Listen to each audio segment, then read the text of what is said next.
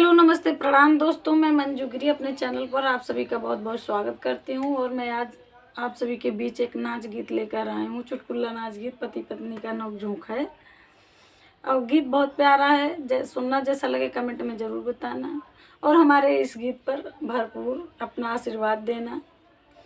और गीत पसंद आए तो लाइक शेयर सब्सक्राइब जरूर करना।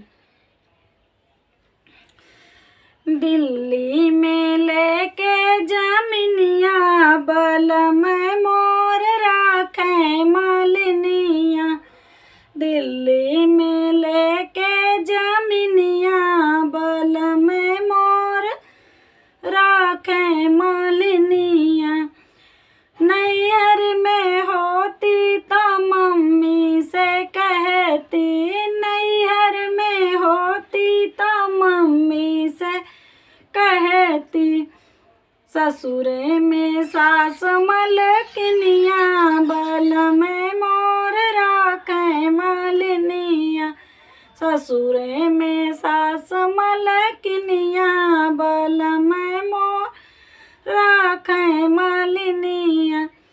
दिल्ली में लेके जामिनिया बल में मोर राखे मालिनिया। नैहर में होती तो भाभी से कहती, नैहर में होती तो भाभी से कहती।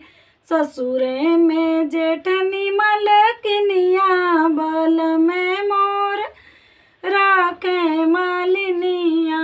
ससुरे में जेठान मलकिनिया बल में मोर राखे मालिनिया। दिल्ली में लेके जमीनिया बल में मोर राखे मालिनिया। नैहर में होती तो ननद बहना से कहती, नैहर में होती तो बहना से कहती। ससुरे में ननद मलकिनिया बल में मोर राखे मालिनिया। ससुरे में ननद मलकिनिया बल में मोर राखे मालिनिया।